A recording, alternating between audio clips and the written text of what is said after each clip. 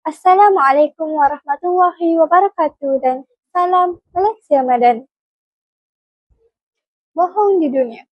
Inilah hasil garapan istimewa dan unik sastrawan terulung Nusantara iaitu Profesor Dr. Hamka.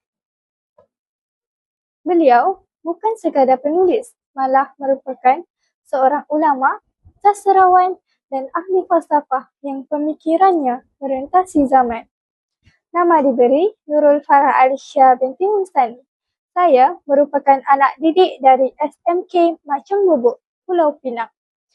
Kod sekolah saya ialah PEA 0017. Baca dan bahagia. Membaca melestarikan perpaduan.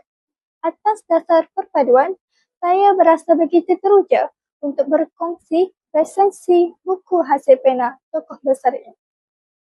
Novel yang berjudul Bohong di Dunia ini mengangkat tema jati diri, perpaduan dan patriotisme atau JPP. Novel yang diterbitkan oleh JT Publishing House pada tahun 2024 ini mempunyai 139 halaman dan sisipan kandungan sebanyak 11 bab. Ayo fokuskan minda anda sebentar untuk mengikuti resensi buku menarik ini. Walaupun fizikalnya kelihatan nipis, namun intinya sangat mencabar akal dan nurani. Novel ini sangat menarik dan syarat dengan nilai pengajaran yang dapat dijadikan tiba dalam kehidupan seharian. Melalui naskah ini, Buya Hamka tidak hanya berkata jangan berbohong, tetapi beliau membedah akar umbi mengapa manusia sanggup menipu demi kepentingan sementara.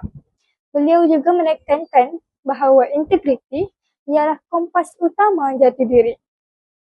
Jika jati diri kita luntur, maka runtuhlah maruah diri. Persis peribahasa Melayu, berani kerana benar, takut kerana salah. Menerusi naskah ini, saya menemukan satu mutiara kata yang sangat menggetarkan sanubari. Hamka menulis, kebenaran itu kadangkala pahit, tapi ia menyembuhkan. Manakala kebohongan itu manis, tapi ia membunuh secara perlahan. Begitu tajamnya teguran ini buat kita di era digital. Dalam konteks perpaduan, pembohongan merupakan satu racun yang paling berbisa. Kita boleh lihat di media sosial. Fitnah, penyebaran berita palsu dan budaya pamer kebahagiaan palsu kian menular.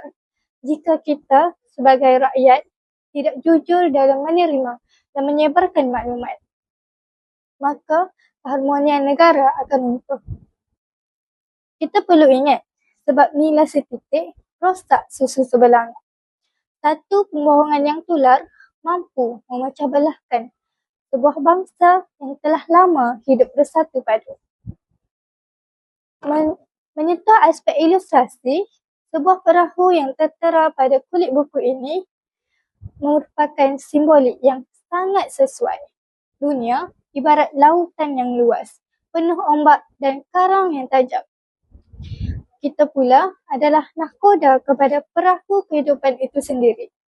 Jika perahu itu dipenuhi dengan lubang-lubang kebohongan, maka lama-kelamaan ia akan karam sebelum tiba ke pantai kejayaan. Ingatlah, sepandai-pandai tupai melompat, akhirnya jatuh ke tanah juga. Setiap penipuan pasti akan terbongkar pada akhirnya. Sebagai remaja yang sedang meniti usia dewasa, buku ini menjadi kompas moral buat saya. Hamka mengajarkan saya bahawa biarlah kita berjalan di atas kepahitan kebenaran daripada berlari di atas hamparan karpet merah pembohongan. Demi menunjukkan semangat patriotisme yang tulen, saya sebagai anak didik SMK Macang Bubuk bertekad untuk menjulang integriti sebagai jati diri demi masa depan nusa yang lebih murni. Kita mahu membina Malaysia yang teguh bukan atas dasar kepalsuan, tetapi atas faksi kebenaran dan amanah. Akhir kata, hayatilah bohong di dunia. Ingatlah, kejujuran itu cahaya, manakala kebohongan itu kegelapan. Jika kita berbohong, kepercayaan akan musnah dan apa yang terbina selama bertahun-tahun boleh hancur sekelip mata. Kesimpulannya, dengan adanya ilmu pengetahuan, kita mampu mengubah segalanya. Ilmu dan pengalaman mampu memartabatkan manusia. Sekian, terima kasih.